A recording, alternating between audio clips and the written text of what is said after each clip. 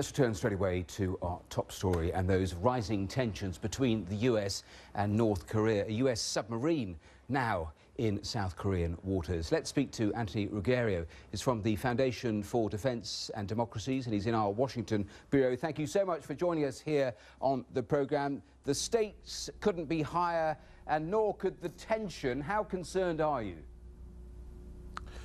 Well, I think the rhetoric and the military moves by the Trump administration is really to compel China to do more, and it sounds like they're convinced that China is doing more, and really to deter North Korea. North Korea does have a history of lashing out and militarily against South Korea.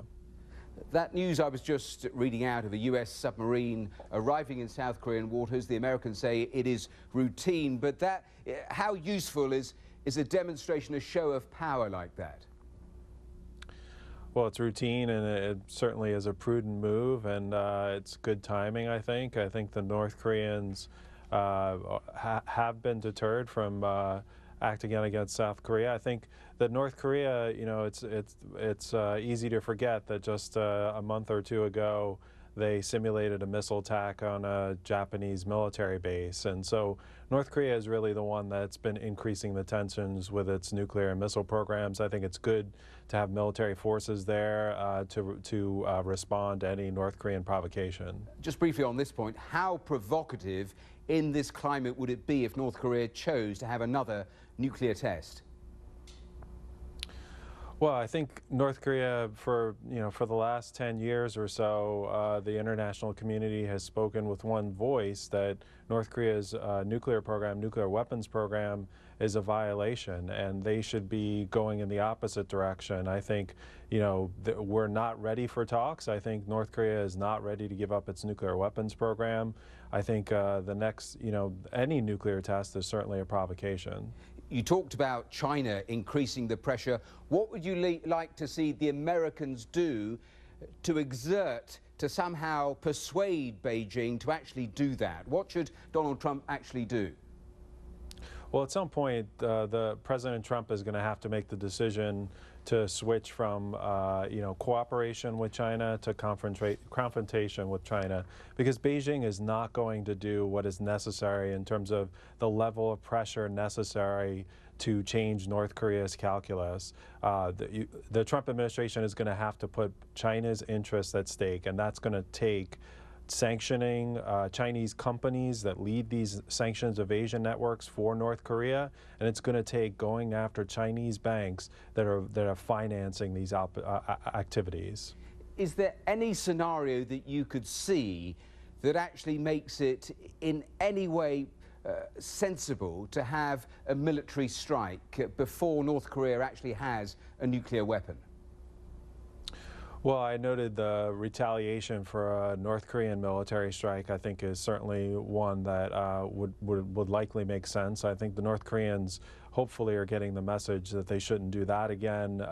They did sink a South Korean vessel 7 years ago, so they have taken those type of actions. And there is a worry, isn't there, with this rising tension that somehow Pyongyang launches some sort of preemptive strike? Right. Well, I think there's always a worry with North Korea, because they are the ones that have increased the tensions, and they're the ones who've actually struck out militarily. I think it's important to keep in mind that South Korea, Japan, and the United States have not struck North Korea military. South Korea has responded to artillery fire, but it's always been the North that has really lashed out first. There are a lot of people urging caution and calm on Donald Trump, but isn't the flip side that the strategy over the last 10 years has simply not worked? Pyongyang has often upped the stakes. There's been some sort of deal. They've then reneged on it, and nothing very much has happened. And all the while, they've inched ever closer to having a nuclear device. That's right. I think over the last 12 years, the U.S. administrations and and the Chinese leadership have kicked this can down the road. And now what Donald Trump faces, President Trump faces, is that in a few years' time, one expert says in 2020, North Korea may have a long-range missile that can reach the United States that, of course, they'll be able to put a nuclear weapon on. I think that that changes the security calculus for not only the United States, but our allies in the region, and could change the whole non-proliferation, global non-proliferation calculus. So that's what's at stake, and I think the Trump administration realizes that they're going to have to make some tough decisions that a lot of administrations chose not to. Just a twin final thought, if you would. Are there echoes here of the Cuban Missile Crisis, with the world taken almost to the brink of nuclear war before there was de-escalation? And in what sense do you think ultimately here Donald Trump is bluffing, that he won't resort to military action?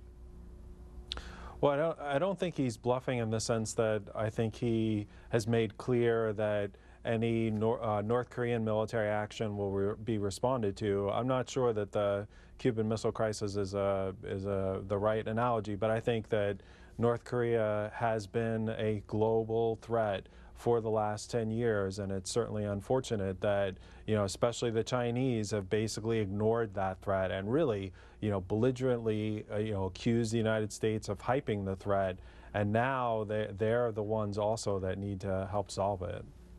Anthony Ruggiero there in Washington, thank you so much for joining us on today's program. Thanks for your time. Thank you.